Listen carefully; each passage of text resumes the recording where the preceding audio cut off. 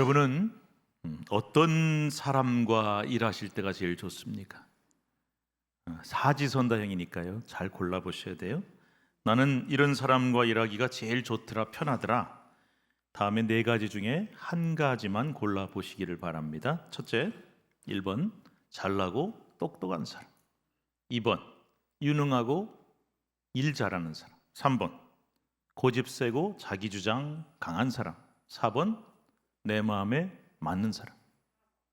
네, 뭐 굳이 손들거나 답하실 필요는 없습니다. 마음속으로 생각해 보시기 바랍니다. 몇 번을 고르셨는지. 자, 그러면 이 네 가지 중에 최악은 어떤 사람일까요? 사람들에게 물으면 못난 사람, 모자란 사람, 무능한 사람, 일 못하는 사람 이렇게 얘기합니다. 아닙니다. 정답이 아닙니다. 이런 사람은 최악이 아니에요.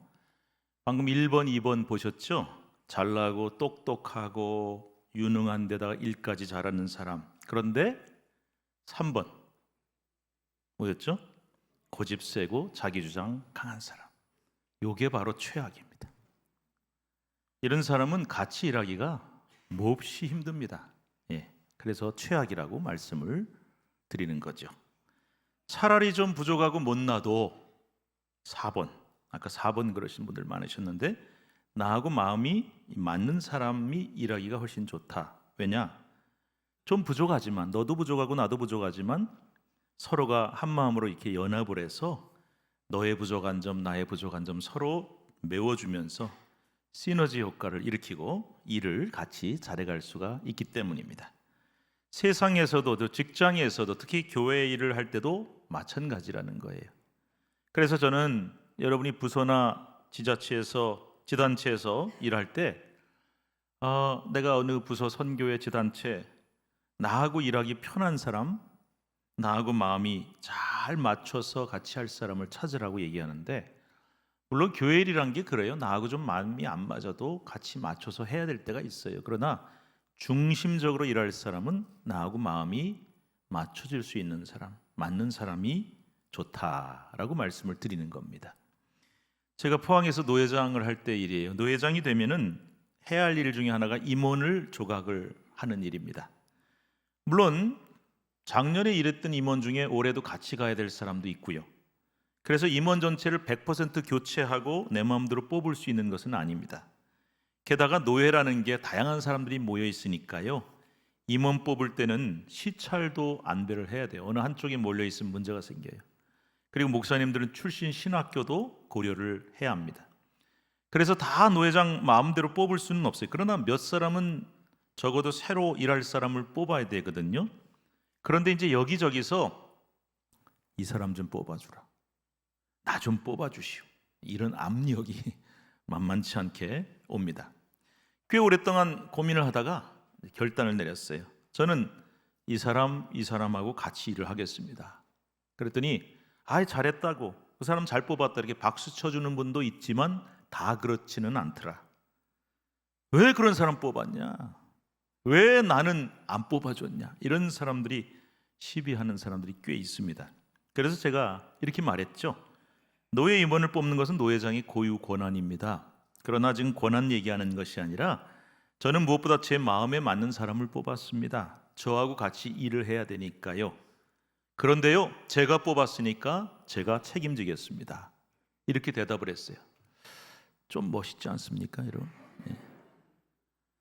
근데 제가 잘 뽑았다고 하는 얘기는 아니에요.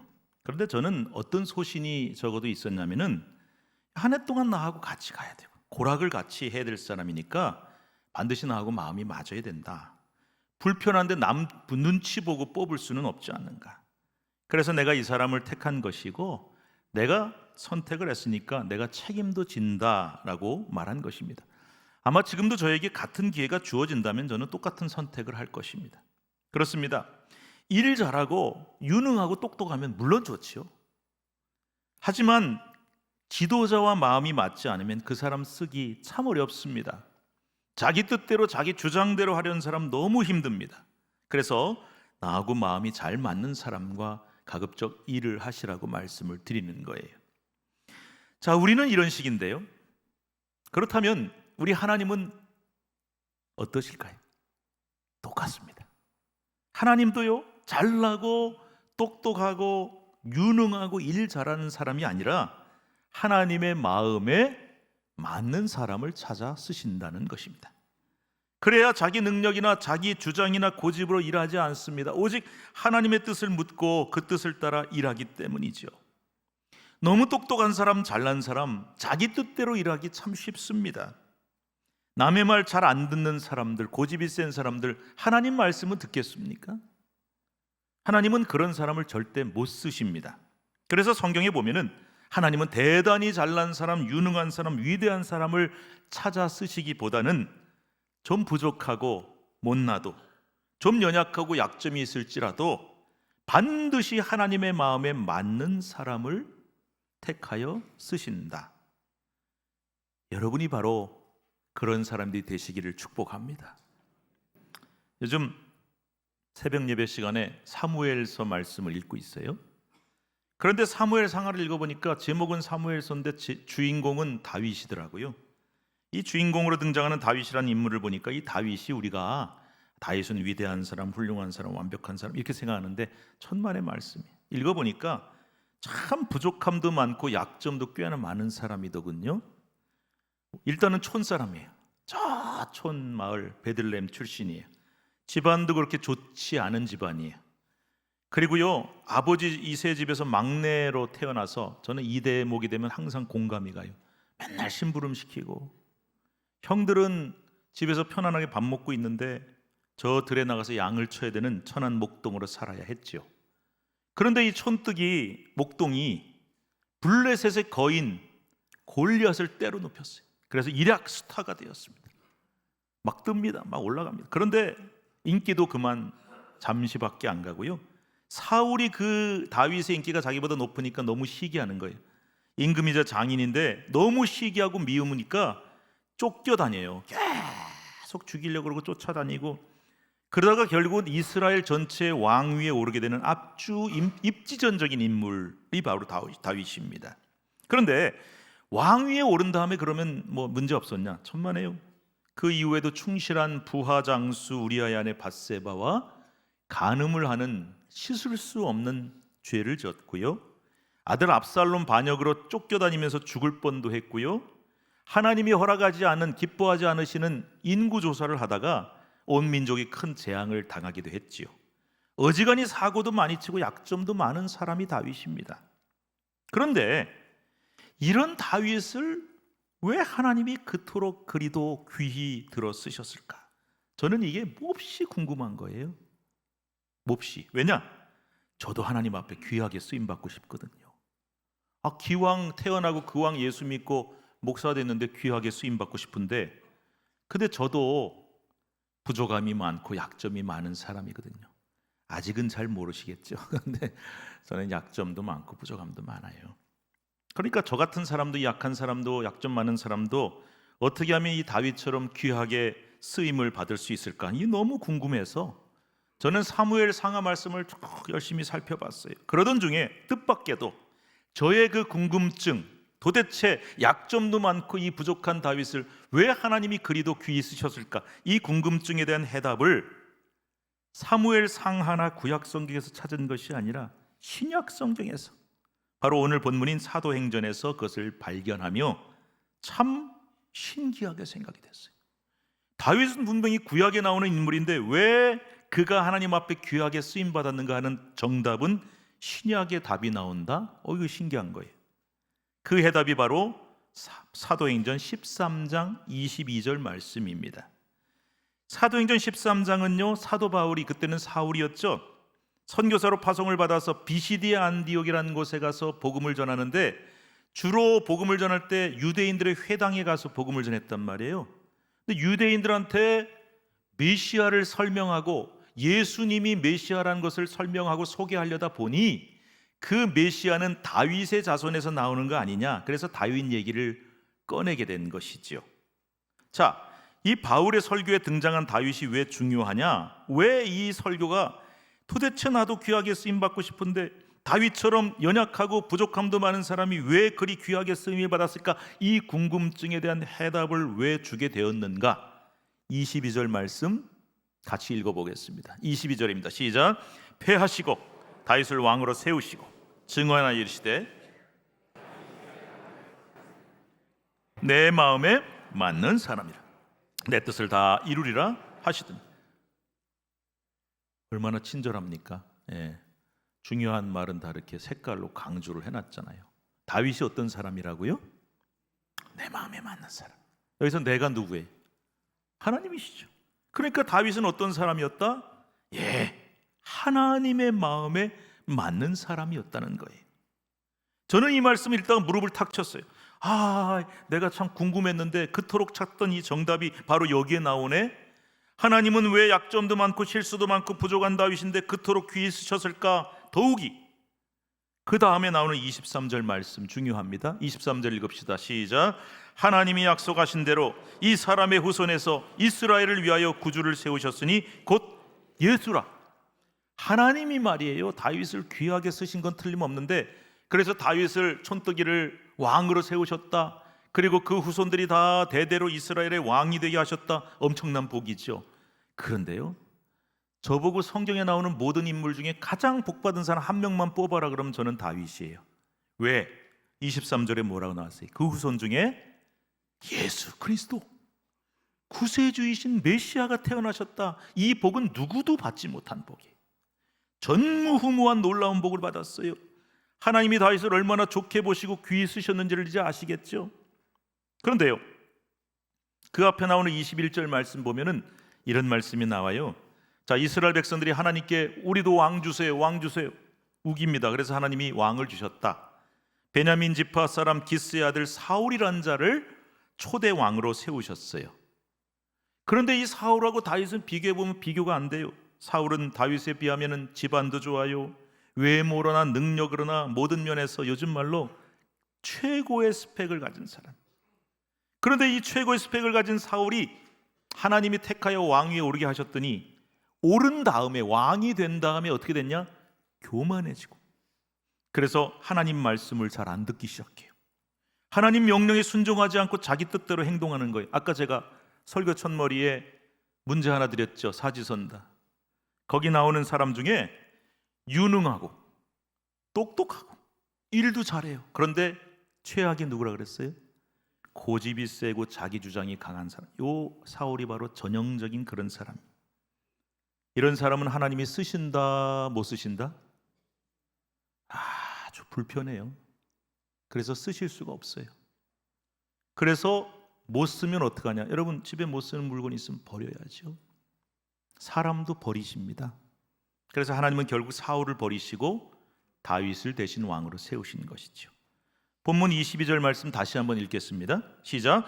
패하시고 다윗을 왕으로 세우시고 증언하여 이르시되 내가 이새의 아들 다윗을 만나니 내 마음에 맞는 사람이라 내 뜻을 다 이루리라 하시더니 패하셨다. 그 자리에서 끌어내리셨다. 버리셨다. 왜? 교만하고 고집이 세지고 자기 주장이 강해지니까 하나님 말씀을 안 들어. 그런 사람 못 쓰신다니까요. 그래서 하나님이 사울을 패하시고 다윗을 대신 왕으로 세우신 이유가 딱 한 가지, 단 하나밖에 이유가 없어요. 그 이유가 뭐라 그랬습니까? 내 마음에 맞는 사람, 즉 하나님의 마음에 꼭 맞는 사람이었기 때문이다라고 말씀한 것이죠. 히브리 성경 원어에 보면은 이 뜻이 뭐냐면 내 마음에 꼭 맞는 사람, 내 마음과 일치하는 사람, 내 마음에 합당한 사람, 이심전심처럼 주님의 마음이 이 사람 마음, 이 사람 마음이 주님의 마음, 이런 뜻이. 그래서 옛날 우리가 읽던 성경이 개역 한글판 성경이었어요. 꽤 오래전에 바뀌었지만 그 개역 한글판 성경에는 이 말을 어떻게 번역을 했냐면은 이렇게 번역이 됐어요. 내 마음에 합한 자라. 저는 솔직히 이 표현이 더 좋아요. 다윗이 어떤 사람이었다? 하나님 마음에 합한 자였다. 그렇습니다. 하나님이 다윗을 택한 이유는 하나밖에 없어요. 다윗이 잘나서가 아니에요. 똑똑해서 일 잘해서가 아니에요. 일 잘하는 거는 사울이 훨씬 잘하고 똑똑하기도 훨씬 똑똑해. 그런데 다윗이 하나님 마음에 합한 자였고 하나님 마음에 맞는 자였고 하나님 마음에 꼭 드는 사람이었기 때문이라는 것입니다. 이렇게 하나님은 당신의 마음에 맞는 사람을 찾아 귀하게 쓰십니다. 믿으시기 바랍니다. 자, 그렇다면 다윗이 하나님 마음에 맞는 사람이란 건 알겠는데 구체적으로 하나님 마음에 맞는다는 게 어떤 것일까? 이게 궁금하죠. 다윗의 행동 중에 도대체 뭐가 하나님 마음에 맞고 하나님 마음에 드셨을까? 이거 우리가 알아야 우리도 다윗처럼 하나님 마음에 맞는 사람 돼서 귀하게 쓰임 받을 수 있지 않겠어요? 그래서 제가 궁금해가지고 사무엘 상하 전체를 쫙 한번 살펴봤죠. 그랬더니요, 다윗이 했던 수많은 행동 중에 구체적으로 아주 특별한 행동 패턴 3가지가 나오더라고요. 이 다윗이 했던 행동 패턴 3가지를 우리가 잘 알고 그대로 따라만 하면은 우리도 하나님께 다윗처럼 귀하게 쓰임을 받을 수 있다. 그게 뭐냐? 첫째, 한번 같이 읽겠습니다. 보여주세요. 시작. 다윗은 항상 하나님께 묻는 사람이었다는 거예요. 하나님께 항상 뭐 했다고요? 물어봐요. 제가 사무엘 상하 역대기를 말씀을 연구하다 보니까 계속 반복되어 나오는 표현이 하나 있더라고요. 이게 중요한 얘기거든요. 그게 뭐냐? 다윗이 여호와께 여쭈어 아뢰되 다윗이 여호와께 물어 이르되, 이 말이 계속 나와요. 하나님, 제가 이리로 갈까요? 말까요? 아니면 저리로 갈까요? 하나님께 물었어요. 하나님, 사울이 저를 죽이려고 쫓아오는데 제가 어디로 피해야 되겠습니까? 하나님, 저 이거 하고 싶은데요, 이거 해도 되겠습니까? 하나님, 제가 사람들이 찾아와서 저보고 왕이 되라 그러는데 저 왕위에 올라도 되겠습니까? 하나님, 제가 저 무리들과 원수들과 전쟁을 지금 한판 벌려야 됩니까? 아니면 피해 줘야 되겠습니까? 계속 묻는 거예요. 그렇습니다. 다윗은 항상 하나님께 묻는 습관을 가진 사람이었다. 그래서 뭔가 중요한 일이 있을 때, 또는 중대한 일을 앞두고 있을 때, 위급한 일이 닥치고 긴박한 상황이 닥칠 때, 그리고 어쩌면 사소해 보일지도 모르는 하나하나를 항상 다윗은 하나님께 물었습니다. 내가 먼저 결정하고 내 생각 앞세우지 아니하고 하나님께 묻고 행동했던 것이지요. 그러니까 당연히 다윗은 항상 하나님 뜻대로 결정하고 움직이고 행동할 수 있었던 것이고, 그래서 다윗은 하나님의 마음에 맞는 사람, 하나님의 마음에 합한 사람이 될 수가 있었다는 겁니다. 사랑하는 여러분, 여러분들도 이렇게 하시기를 바랍니다. 항상 중요한 일 앞두고는 어떤 결정을 내가 먼저 하지 마시고 하나님께 항상 먼저 물어보세요. 이거 할까요? 말까요? 힘든 일 생기시고 긴박한 일 생기고 위급한 상황 닥치면은 내가 고민하다가 아유, 내가 누구한테 가서 도움 청해야지, 내가 어떻게 해결해야지, 그렇게 생각하고 내가 결정하지 마시고 항상 내가 결정하기 전에 하나님의 뜻을 물으시기를 바랍니다. 제가 목회하다 보니까요, 좀 적나라하게 말씀드릴게요. 이런 사람들이 있더라고요. 자기 하고 싶은 대로 일 다 벌려놓고 시작 다 해놓고 나중에 찾아와서 목사님 기도해 주세요. 하나님 이거 도와주셔야 됩니다. 책임져 주셔야 됩니다. 이런 분들이 제법 많아요. 조금 찔리십니까? 예. 근데 그렇게 하면 안 됩니다. 왜? 자기 하고 싶은 대로 다 시작하고 벌려놓고 이거 지금 일이 안 돼요. 하나님 좀 도와주세요. 하나님 책임져 주셔야 되는 거 아닙니까? 하나님이 그러시겠죠. 내가 언제 그거 시작하라 그랬냐? 그래서 절대로 내 생각 앞세워, 내 주장 앞세워 내가 먼저 일 벌리고 시작하지 마시고 하나님께 물으셔야 돼요. 하나님, 저 힘들고 어렵습니다. 어떻게 하오리까? 하고 물어보셔서 하나님이 원하시는 방법으로 해결하셔야 돼요. 그래서 다윗이 하나님 마음에 맞는 사람, 하나님 마음에 합한 사람이 될 수가 있었다는 거예요. 여러분들도 다윗처럼 항상 하나님께 묻는 습관을 가지십시오. 그래야 하나님 뜻대로 움직이는 사람이 될 수 있고, 이런 사람이 다윗처럼 하나님 마음에 맞는 사람이 되어 하나님께 복받는 인생이 될 줄로 믿습니다. 두 번째 무엇이냐? 한번 같이 읽겠습니다. 시작. 다윗은 항상 하나님 중심으로 결정하는 사람이었다라는 거예요. 자, 다윗을 죽이려고요, 사울이 막 지구 끝까지 쫓아와요. 그런데 이 사울이 누구냐? 자기의 주군이고 왕이고 한때 장인인데, 이 사울이 자기를 그렇게 죽이려고 그러네. 그래서 자기를 쫓아다니는데 이 사울이를 죽일 수 있는 결정적인 절호의 찬스가 2번이나 있었단 말이에요. 사무엘상 24장에 보면은 다윗을 쫓던 사울이가 쫓다가 갑자기 배가 살살 아픈 거예요. 그래서 광야니까 동굴 속으로 들어갔어요. 뭐 하러 들어갔게요? 성경에는 뒤를 보려고, 큰일 보시려고 들어간 거예요. 급해. 그런데 마침 그 동굴 안쪽에 누가 숨어 있었냐? 다윗과 부하들이 숨어 있었던 거예요. 칼만 휘두르면 쪼그리고 앉아있는 사울을 단번에 죽일 수 있는 기회입니다. 다윗의 부하들이 뭐라 그러냐? 아유, 대장님, 이거 하나님이 주신 기회예요. 하나님이 이런 기회를 주셨어요. 이거 놓치면 안 돼요. 설득을 했어요. 그런데 다윗은 죽이질 않습니다. 살짝 사울의 겉옷자락만 베고 그를 살려주었어요. 왜 그랬을까요? 사무엘상 26장에도 보면 사울이 다윗을 쫓다가 피곤해서 광야에 진치고 누워 자는데 주변의 경호가 너무 허술했어요.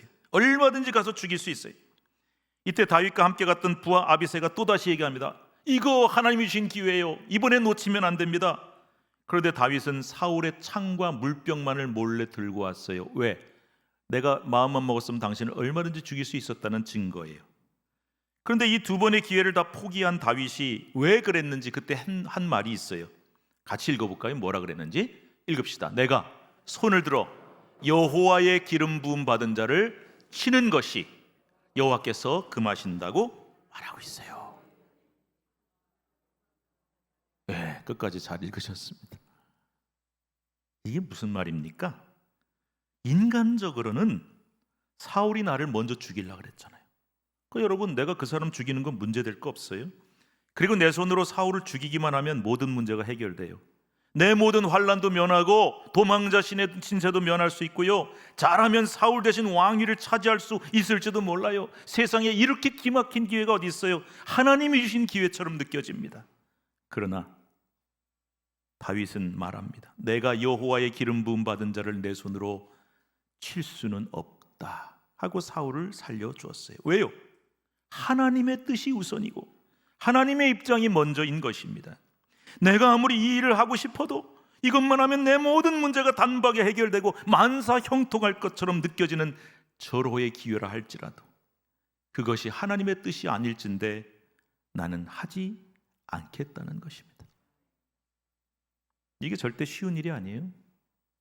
하지만 다윗은 내 뜻을 굽혀서라도 내 인생에 찾아온 일생일대 절호의 기회를 포기하고라도 내 이득과 권리를 다 내려놓고라도 하나님의 뜻을 먼저 따른 사람이었다는 것이에요.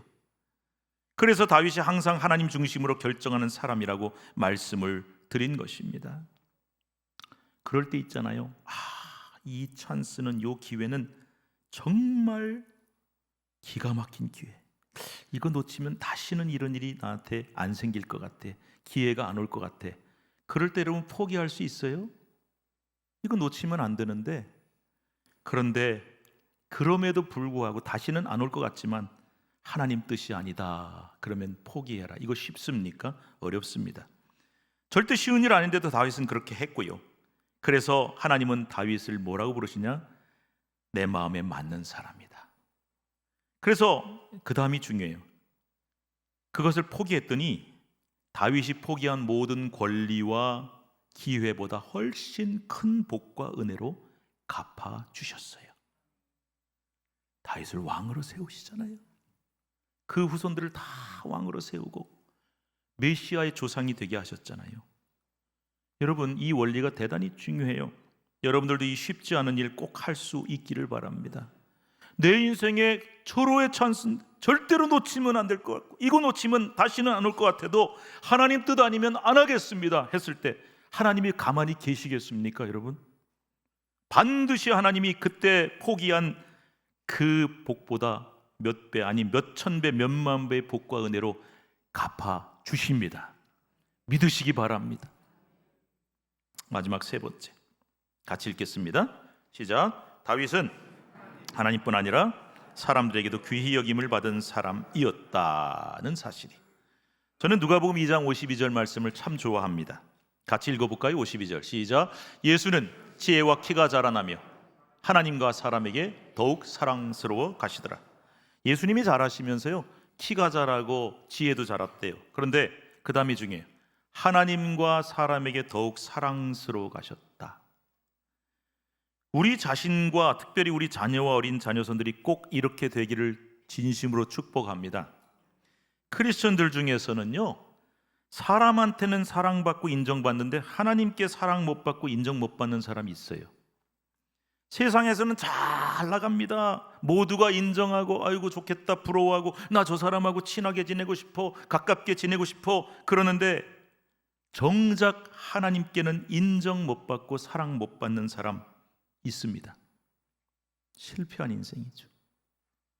거꾸로 하나님께는 사랑받는데 사람에게는 어디 가서도 인정도 사랑도 못 받는 사람이 있다는 거예요. 이 역시 온전한 성도는 아니지요.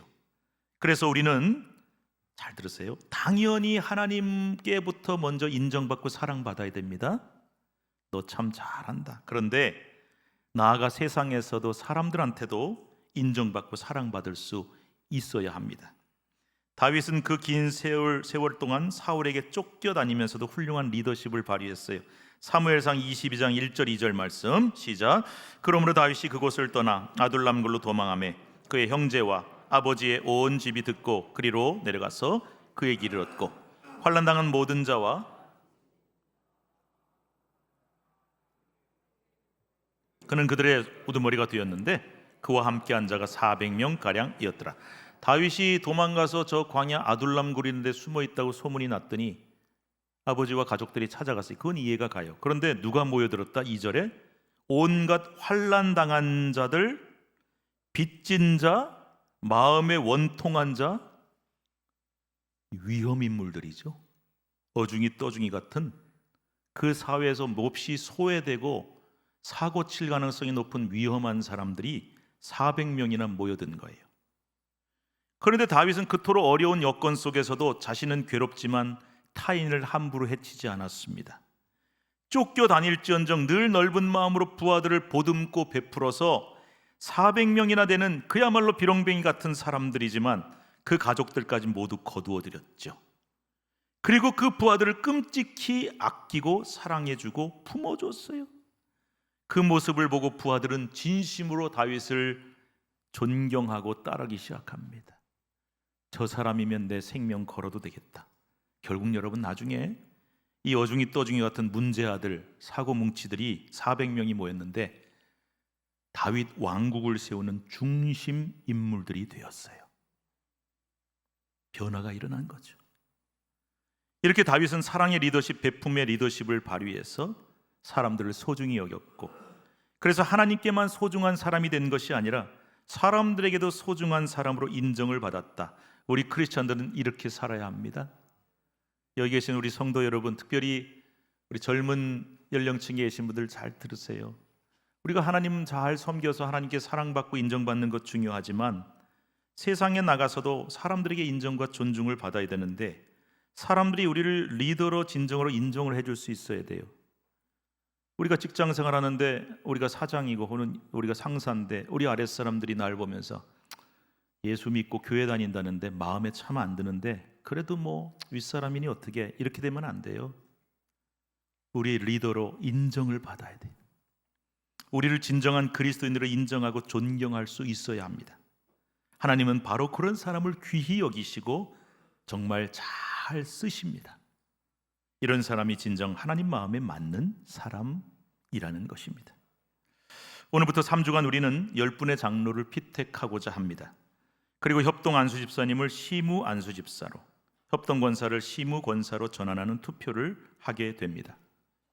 긴 말 드리지 않겠습니다. 내가 쓸 사람을 뽑지 마시기 바랍니다. 선거할 때 내 마음에 드는 사람 뽑지 그럼 누굴 뽑아요? 여러분, 하나님이 일하는 사람 뽑을 때는 발상이 바뀌어야 돼요. 내가 쓸 사람을 뽑지 마세요. 내 마음에 맞는 사람도 뽑지 마시기 바랍니다. 하나님이 쓰실 사람을 뽑읍시다. 하나님 마음에 맞는 사람을 뽑을 수 있기를 바랍니다. 어떤 사람이 하나님 마음에 맞는 사람이라고 했어요? 늘 하나님께 묻는 사람. 저 양반은 뽑아놨더니 자기 마음대로 해, 자기 주장대로 해. 그러면 안 되잖아요. 하나님께 물어서 하나님 이거 할까요 말까요? 묻는 사람. 아시겠죠? 그리고 뭐든지 하나님 중심으로 결정하는 사람, 자기 마음대로 하는 사람이 아니라 하나님이 뭘 원하시는지를 아는 사람, 그리고 하나님께도 사랑과 인정을 받되 사람에게도 사랑과 인정과 존경을 받을 수 있는 사람이라고 했습니다. 이 조건 갖춘 사람만 뽑으면 틀림없습니다. 잘할 줄 알고 뽑아놨더니 나중에 보니까 내가 저 사람 잘못 뽑았네 하고 후회할 일이 안 생깁니다. 잘하라고 뽑아놨더니, 잘 되게 하라고 뽑아놨더니 되려 교회와 성도들을 더 힘들게 하는 일 안 생깁니다. 우리가 정확한 기준으로 잘 뽑으면 되는 것이죠. 그래서 내가 좋아하고 내가 마음에 맞는 사람 뽑지 말고 하나님 마음에 맞는 사람을 뽑으라고 하는 거예요. 부디 이번에 반드시 하나님의 마음에 맞는 사람만을 뽑을 수 있기를 바라고, 또한 이번에 뽑힌 분들은 절대 그 마음 변치 마시고 변질되지 마시고, 사울은 처음에는 하나님 마음에 맞았으나 변질되었어요. 점점 교만해지고 자기 주장이 강해지니 하나님이 그를 버리셨습니다. 변질되면 버림받습니다. 그래서 평생 변하지 않고 오직 하나님을 기쁘시게 교회를 이롭게 하는 사람, 그리고 오늘 투표도 중요하지만 뽑는 것도 중요하지만 하나님, 내가 바로 하나님께 귀히 쓰임 받기를 원하나이다. 그러기 위해서 내가 하나님의 마음에 합한 자, 하나님 마음에 맞는 사람이 되게 하옵소서 고백할 수 있는 저와 여러분이 될 수 있기를 주님의 이름으로 축복합니다. 기도하겠습니다. 하나님 감사합니다. 다윗이 무엇이 잘나고 위대하기에 그를 뽑으셨습니까? 약점도 많고 못나고 부족한 사람, 실수도 많은데 그를 택하신 이유는 단 하나, 다윗이 내 마음에 맞는 사람이었기 때문이라고 하셨습니다. 주님, 기왕 예수 믿었는데, 기왕 직분 받았는데, 기왕 하나님 위에 사는데 귀하게 쓰임받기를 원합니다. 그러기 위해서는 내가 하나님 마음에 맞아야 하겠습니다.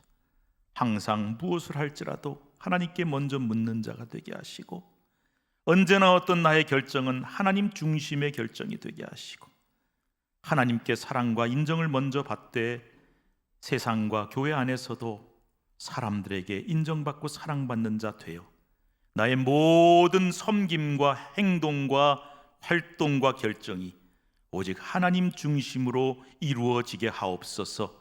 그리할 때 우리를, 우리 가정을, 우리 가문을, 자녀와 자손들을, 우리 뽑을 일꾼들을 하나님이 영원토록 변치 않고 귀히 들어 쓰시며 만복을 주실 줄로 믿습니다. 예수님의 이름으로 기도드리옵나이다. 아멘.